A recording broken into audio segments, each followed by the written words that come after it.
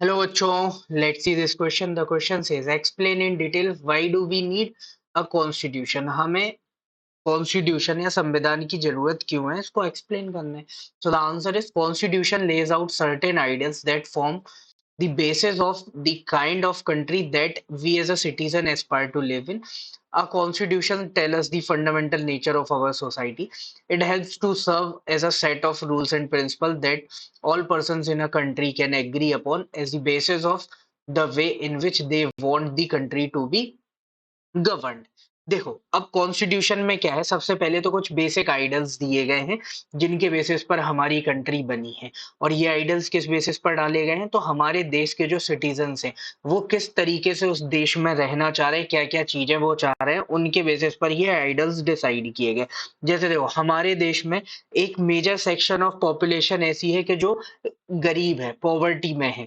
तो हमने अपने कॉन्स्टिट्यूशन में डायरेक्ट प्रिंसिपल्स भी डाले, ठीक है, ताकि हम स्टेट जब भी कोई डिसीजन लें, कोई पॉलिसी मेकिंग करें, तो उनको ध्यान में रखें कि कैसे पॉवर्टी वगैरह को खत्म करना है, तो प्रोग्रेसिव स्टेट ले इस प्रोग्रेसिव जो स्टेप्स हैं उनको ले सके. दूसरा क्या है, देश के जो सिटीजन्स हैं उनका डेवलपमेंट हो सके, उनकी ग्रोथ हो सके, इसके लिए हमने फंडामेंटल राइट्स भी डाले. ठीक है. दूसरा, कॉन्स्टिट्यूशन हमारे देश की सोसाइटी को दिखाता है. जैसे हमने क्या बोला, हमारा देश कैसा है, सोवरेन है ना, मतलब अब यहाँ पे कोई भी इंटरफेयर नहीं कर सकता. हमारा देश सेकुलर है, मतलब हमारे देश में खूब सारी डाइवर्सिटी है, इसीलिए हमने उसको सेकुलर रखा. हमने अपने देश का कोई एक पर्टिकुलर रिलीजन डिक्लेयर नहीं किया. ठीक है. इसके अलावा अगर हम बात करें, तो हमने बोला हमारे देश में डेमोक्रेसी रहेगी. अब डेमोक्रेसी का मतलब क्या होता है कि रूल ऑफ पीपल.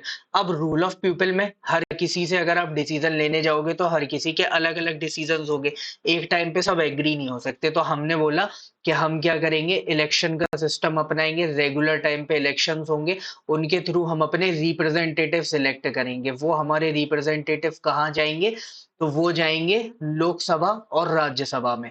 वहां पे बैठ के वो हमारे देश से रिलेटेड जितने भी इंपॉर्टेंट मैटर्स रहेंगे उन पर डिसीजंस लेंगे, पॉलिसीज बनाएंगे, लॉ बनाएंगे. तो आपने अपने रिप्रेजेंटेटिव इलेक्ट कर दिया, अब वो आपके यहाँ पे डिसीजन ले रहे हैं, तो हम सब इस पे एग्री हो गए ना. एग्री कैसे दिखता है, तो हम सब वोटिंग करते हैं, हम गवर्नमेंट के खिलाफ वोटिंग को लेके प्रोटेस्ट नहीं कर रहे, मतलब हम उनके जो भी प्रोसेस चल रही है उससे हम सेटिस्फाइड है ना. तो ये यहाँ पे बता रहे हैं हमें कि एक बेसिस बन गया जिसके बेसिस पे देश कैसे चल रहा है, सारे लोग उस पे एग्री हो गए उन प्रिंसिपल पर, और उसके अकॉर्डिंग देश जो है वो चल रहा है. और ये सब कहाँ लिखा है, कॉन्स्टिट्यूशन में, कि फेडरल स्ट्रक्चर होना चाहिए, सेपरेशन ऑफ पावर होना चाहिए, सेकुलर होना चाहिए, फंडामेंटल राइट होना चाहिए. इन सब पे हम एग्री हैं और हमें यही चीजें चाहिए, और ये कहाँ है, सारी कॉन्स्टिट्यूशन में. तो इसीलिए हमें कॉन्स्टिट्यूशन की जरूरत है कि जब भी इनमें से कोई भी चीज जाती है हमारी लाइफ से, तो हम क्या बोलते हैं, कॉन्स्टिट्यूशन का वायलेशन हुआ है, हम सुप्रीम कोर्ट चले जाते हैं, हम हाई कोर्ट चले जाते हैं, फिर वहां पे कोर्ट हमारी बातें सुनता है ना. तो इसीलिए हमें अपनी जिंदगी में कॉन्स्टिट्यूशन की जरूरत पड़ती है. So this is your final answer. Hope you understood it well. Best of luck. Thank you.